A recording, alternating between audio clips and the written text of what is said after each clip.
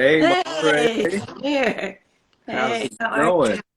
Okay, okay. It's Friday. It is How's your week? Friday. It's a little rainy here in LA. Yeah, we're supposed to be getting some rain here in New York shortly. So yeah, so we were sharing, I guess, the bad weather for Friday. But you guys have had your share though, snow and all kind of crazy.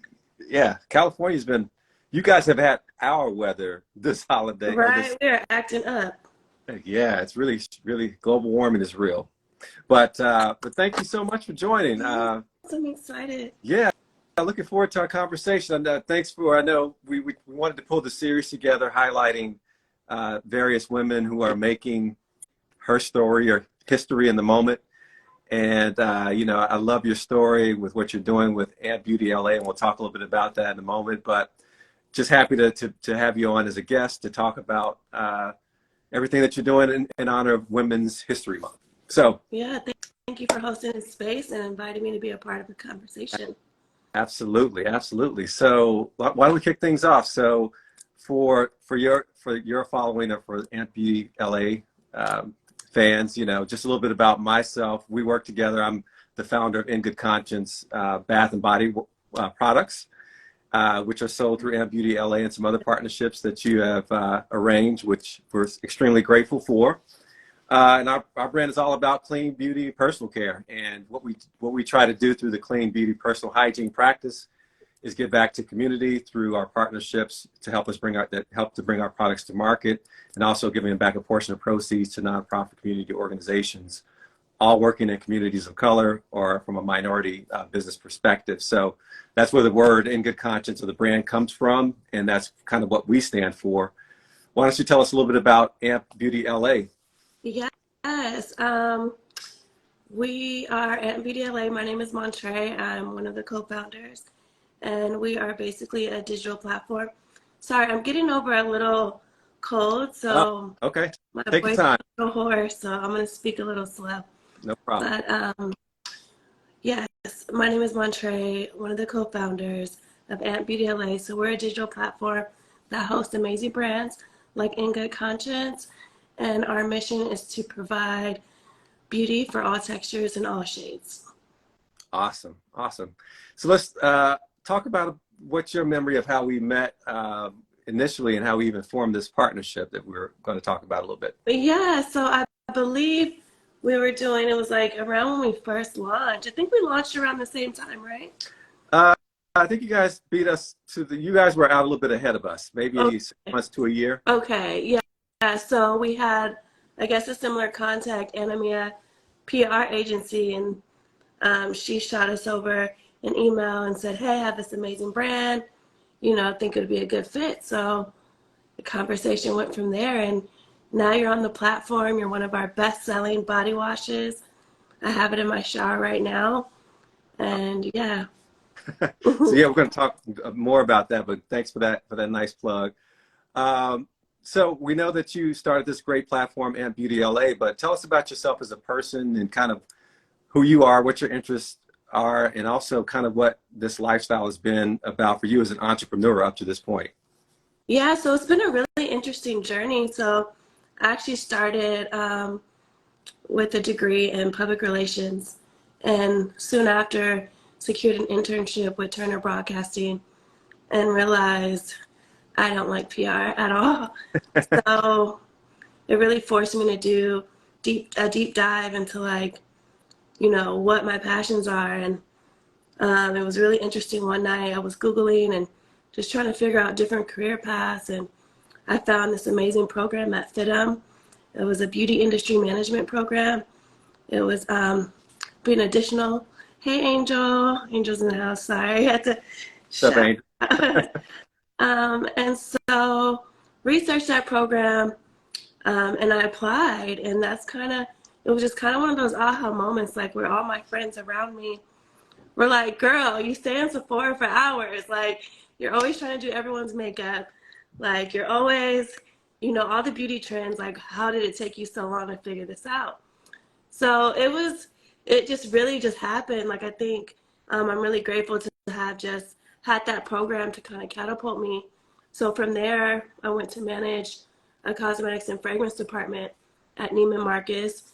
It was a $14 million counter a year or department with the best brands, Sicily, Chantecaille, La Mer, Chanel. And we would put on programming. We would have meetings, spring and fall. So I really got to see the back end as far as sales, pushing volume for beauty brands, strategy when it comes to beauty ambassadors and how to communicate your product to customers in real time. And then from there, it evolved into, we launched it was called Trending Beauty. This is when like all the Instagram brands were super popular.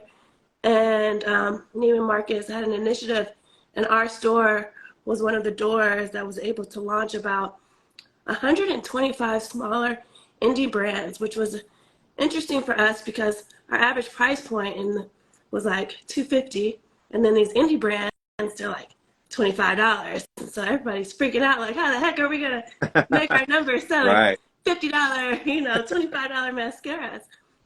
So it was a great challenge that I was able to be a part of that rollout. And that once I did that rollout and realized there was like one black founder, one black founder and another founder, Ranabant, Michelle, who's the founder of that company, I think. And it was just really interesting that Neiman Marcus did all this research, and you guys found, like, I'm on my social and I see amazing Black-owned BIPOC brands all the time. And this big corporate conglomerate found two. So had a meeting, had a lunch date with Angel and Felicia, and we kind of just shared all of our experiences with beauty. Angel coming from an editorial background where, she receives product all the time and is a complete beauty junkie and is around the New York press space and really had that insight. And then Felicia, which was a part of the legal tech startup side, and just as a consumer of beauty, we all just kind of merged together and was like, hey, how do we do something about this? And at the end of the day, like, if we were the only ones to shop AMP, like, we would be super satisfied just with that. But it turned out this is a problem that, millions of women were dealing with every day. And I always go back, I'm going to try to keep this short because I can talk about No, it. no, you're doing your thing. Just But, don't talk your voice down. I want to keep your voice, so feel free yeah, to continue. okay. So then I believe Angel was missing edge control, and that's kind of how the conversation kicked off originally. And we were looking at, me and Felicia are from LA, so we were trying to figure out how to tell her you have to go to like urban neighborhoods just to get kind of cultural favorite products. So that was kind of the problem we were trying to solve, like how to just make products that are our culture favorites more accessible and put them on the platform where they can succeed. It's going to be really difficult to put a brand next to like a Chanel or La Mer or Chantecaille and expect them to perform in the same way. So we need to have an even playing field where, we create a space that cultivates and speaks to one particular audience. So that's how we formed MBDLA.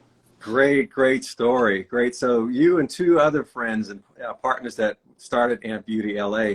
So just on that point alone, let's go back to the origin. My line sisters, Jerome. They're my line sisters. Oh, so they're Clark. They're line sisters. Yep. Okay, gotcha. All right. So I want to go back and talk about, they're line sisters, but you pledged at Clark Atlanta University. Is that Yes. fair? Okay. So that's the connection I want to talk about a little bit. Let's get into it. Yes. So I'm also a Clark Atlanta alum, which is also, yes, exactly. So I've always been excited to share that, as a part of our common connection. But talk a little bit about your experience. I was at Clark maybe a few years ahead of you, but I'm interested to understand for some of those who might be watching this, who are interested in maybe at HBCU, maybe even Clark in particular. And as we both know, that experience is so unique from a cultural and just from a day-to-day perspective.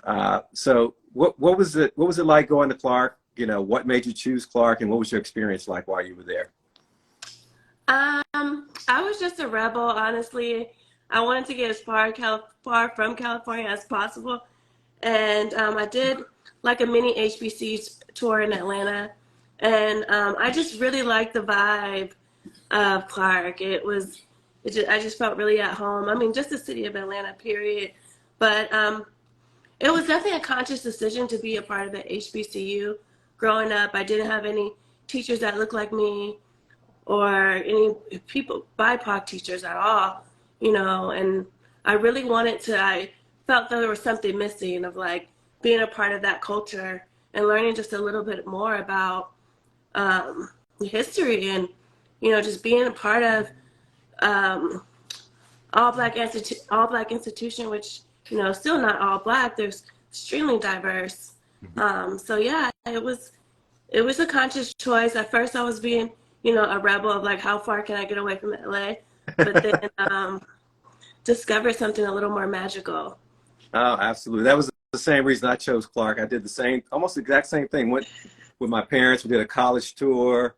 Thought about it was between Florida A&M, Clark, Atlanta, and gosh, I can't remember the third school. But as soon as we got on campus and just the environment of Atlanta at the time, I was just like, this is where I have to go.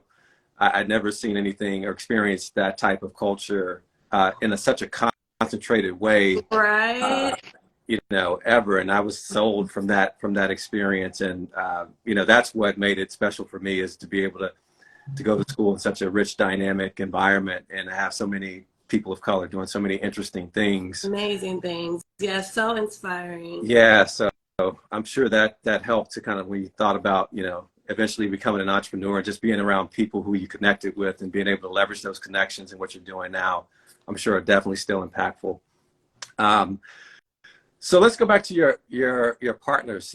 So I know that you started it with two partners, and I recently, just in doing a little bit of research, I discovered that unfortunately one of your partners had passed recently, and I was so heartbroken to hear about that.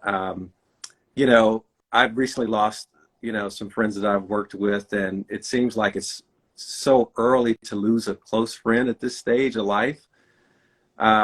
And so you kind of for me, I kind of walked around as a bit of a zombie for a little bit, just kind of, it would come and go in different phases. So just personally, from going through that experience, I'm always curious to know how other people cope through these types of impactful life moments. And if you could share with a little bit about your kind of how you're coping with that, because I know it's probably a really impactful blow to you and your partner, Angel. How are you guys kind of dealing with that and managing the business and just your personal friendships as they stand today? Yeah, I mean, even just hearing you say that, it still is kind of like one of those gut moments, like, oh, is Yeah. this real? Like, is this real? It just still feels very unreal. Like, we just miss her so much, honestly. And even when you brought up the conversation of like, we went back and forth on emails, and I'm like, am I ready to talk about it? Are we ready to talk about it?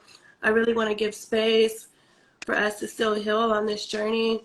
But I do remember something from the services her husband said, and it was very touching. He said, she would want us to continue talking about her and just telling people about her and how amazing she was and how impactful she was on this journey.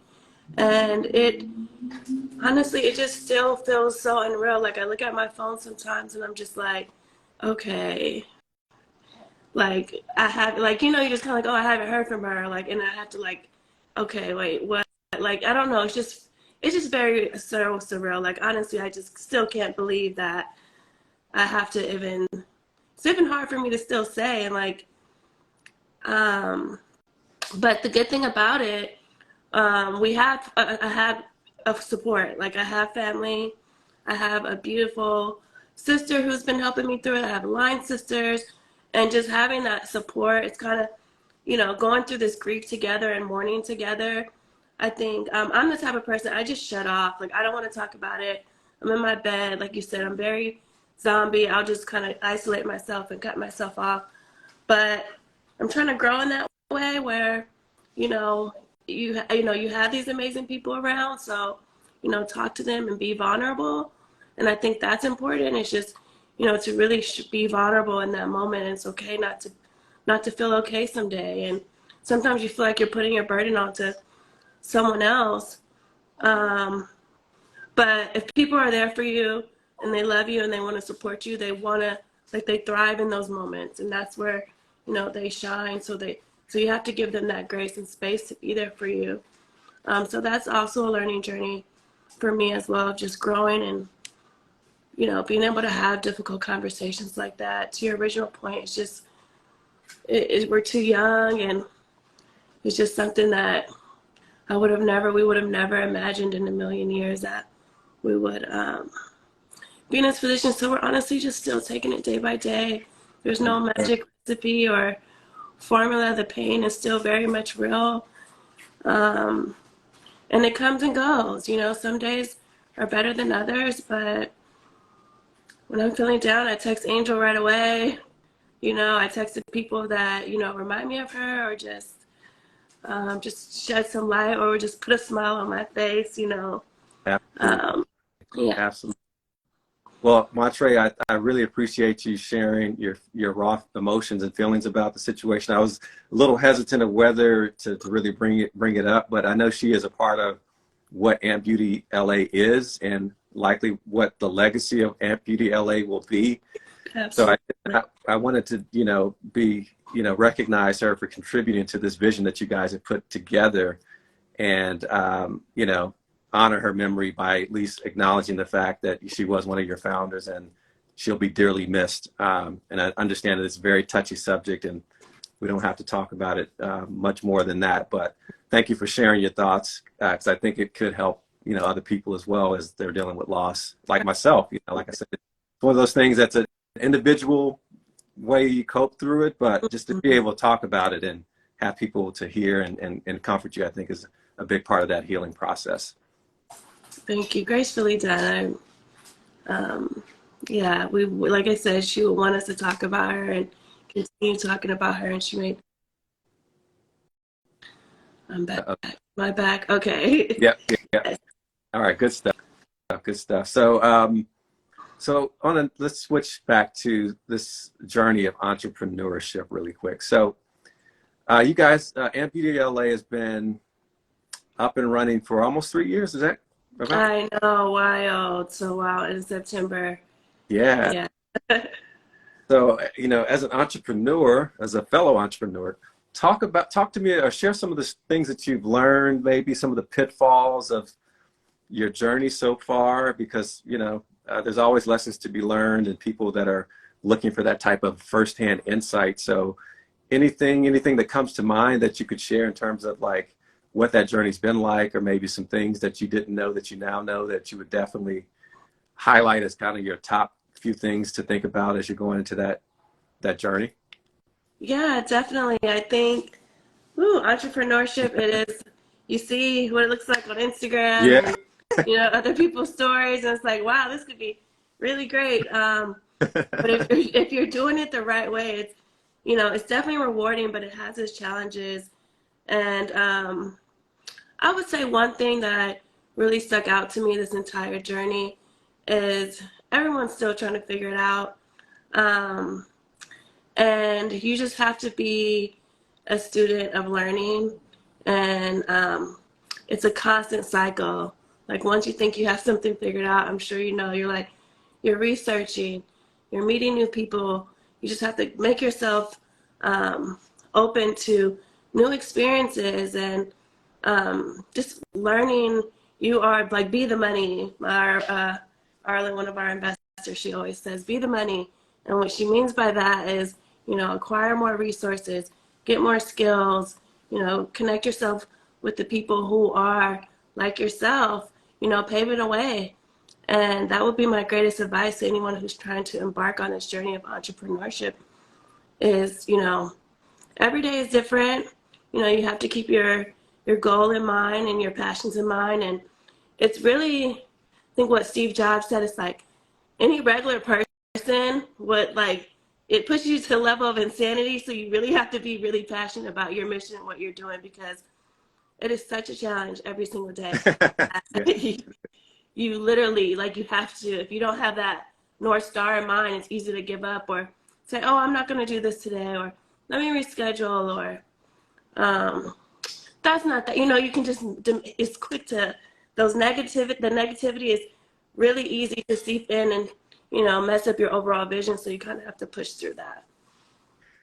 Well said. I agree with everything that you said, and then some. I think for me, the biggest learning for me is probably being comfortable, being uncomfortable, because you don't know what's coming next, and you just have to be able to deal with things in the moment, pivot as you need, and then continue to do more of what's working. So that's something that I try to remind myself of. I won't have it all figured out, but just being able to be nimble and to know that I have the ability to adjust when situations present themselves is something that I try to remind myself of on a day-to-day basis. Absolutely. And yeah, you're right. It's not one size fits all. It's a unique to each situation, and you know, you just got to take it as it comes.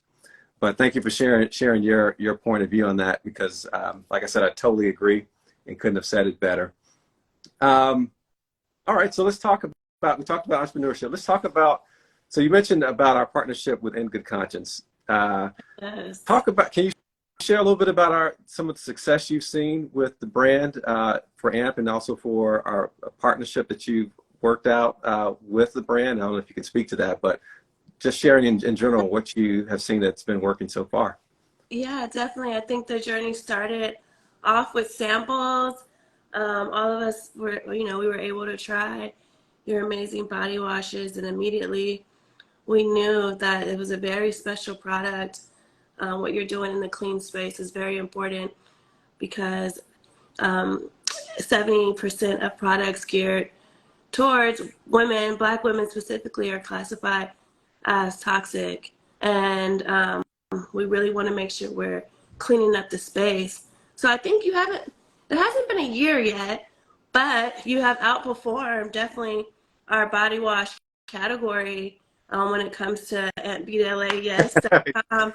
And even our newest partnership with Target, I think that speaks volumes, because you're reaching a whole different beauty economy. Literally, Target is like their own economy when it comes to beauty and personal care. So to get some recognition in sales and dollars, I think that has been interesting, because we've kind of ran the gamut of like products that we did not anticipate to perform well have like exceeded our expectations. And you're definitely one of those brands where it was like, okay, we had a body wash on Target that was, you know, performing okay.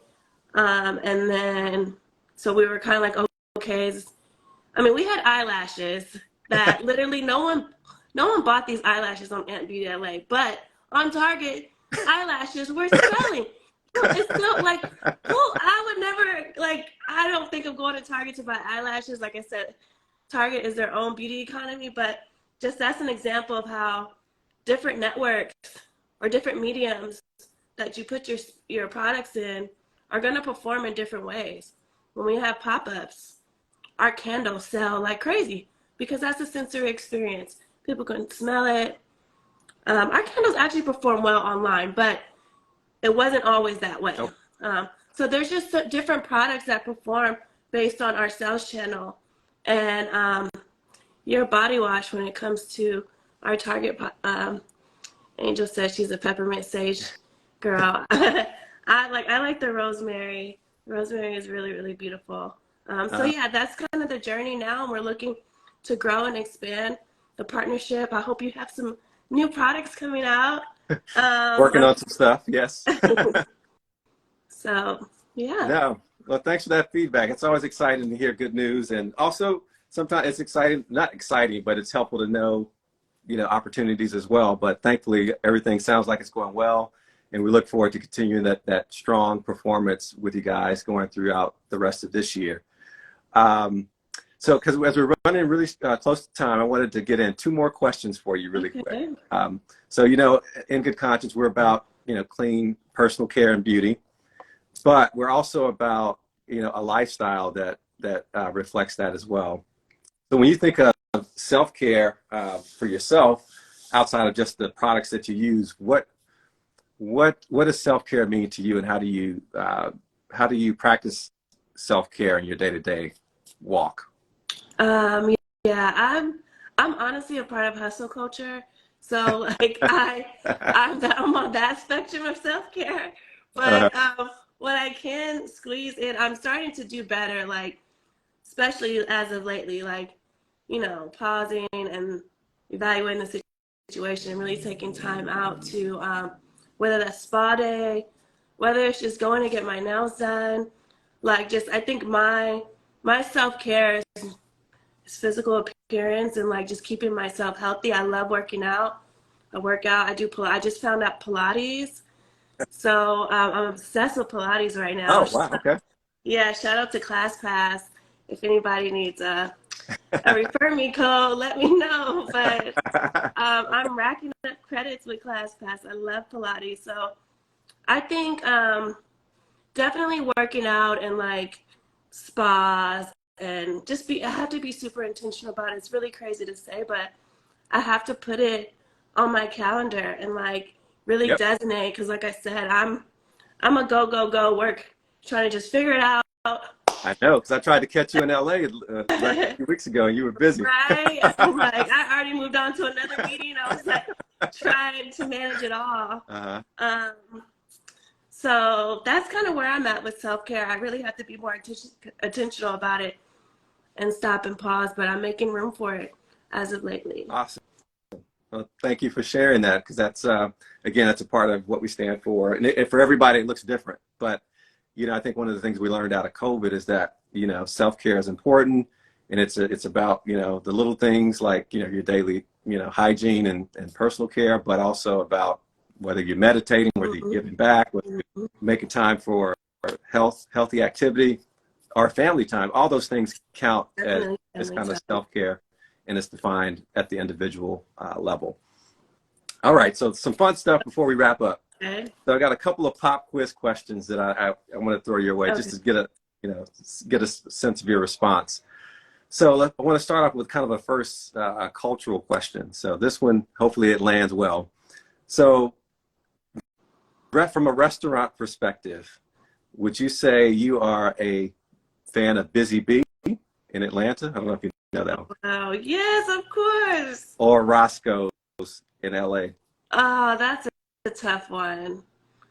If I had to choose, it would definitely be Busy Bees. I feel like they're more rounded in their menu. Yeah, you're definitely just going to Roscoe's. I mean, Roscoe's, it's the chicken and waffles for sure. I mean, they have great sides, but I feel like you're getting an actual rice southern plate of good.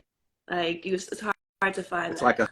a hug from mom, right? It's that was my favorite place when I was in college at Clark, Angel right has down the street. Busy Bees too, so we're all team Busy Bees. Yeah, when you walk in, if you go there enough, they're like, "Hey, baby, Oh, grab a seat." oh yes, right. Yeah, That's so the part. it's That part. yeah, the Southern hospitality is real at Busy Bee. So shout out to them. What else did I have for you? So when it comes to personal care and hygiene, would you say when it comes to relaxing, would you say you're more of a shower person or a bubble bath? A bath person, but honestly, I live down in LA, and it's very hard to find apartments with them. I don't have a bath at this moment, and that has been the most like thing I had to get used to. But it was either like mini walk-in closet or a tub, and I went with the closet. So my next place will definitely have a beautiful Yeah, bathtub because I'm a bath girl. I think modern architecture might have, there Right? might be just, What is that? Why are they trying to do away with the I bath? don't know, but it's definitely an easy way to kind of unwind. So yeah, it doesn't make it makes sense from maybe from an architecture or business standpoint, but from a lifestyle standpoint, can't get rid of the bath for sure. Shower's good for a rush, but sometimes you just need that Right. bath time to kind of, The soap take it. with candles and essential oils and have a moment. Yeah, absolutely. Well, Montre, this has been awesome again. Wanted to just kind of end with the opportunity for for you to share kind of where, people can find you in terms of the business, the products, social media, contact Yeah, information. I mean, if it's not obvious, but I just want to give you an opportunity to kind of share where people can yeah. find you Everyone guys. can find Aunt Beauty LA on all social platforms at Aunt Beauty LA. And Where else? Yeah, Target.com. We have a collection there. You can click the link in our bio to shop the entire collection and see some goodies. Great, great, great. And you know where you can find us, ingoodconsciencecare.com, and also on antbeautyla.com, and also on our social media, primarily on Instagram at In Good Conscience. So thank Okay. you so much again, Montre. We wish you and Angel continued success for 2023.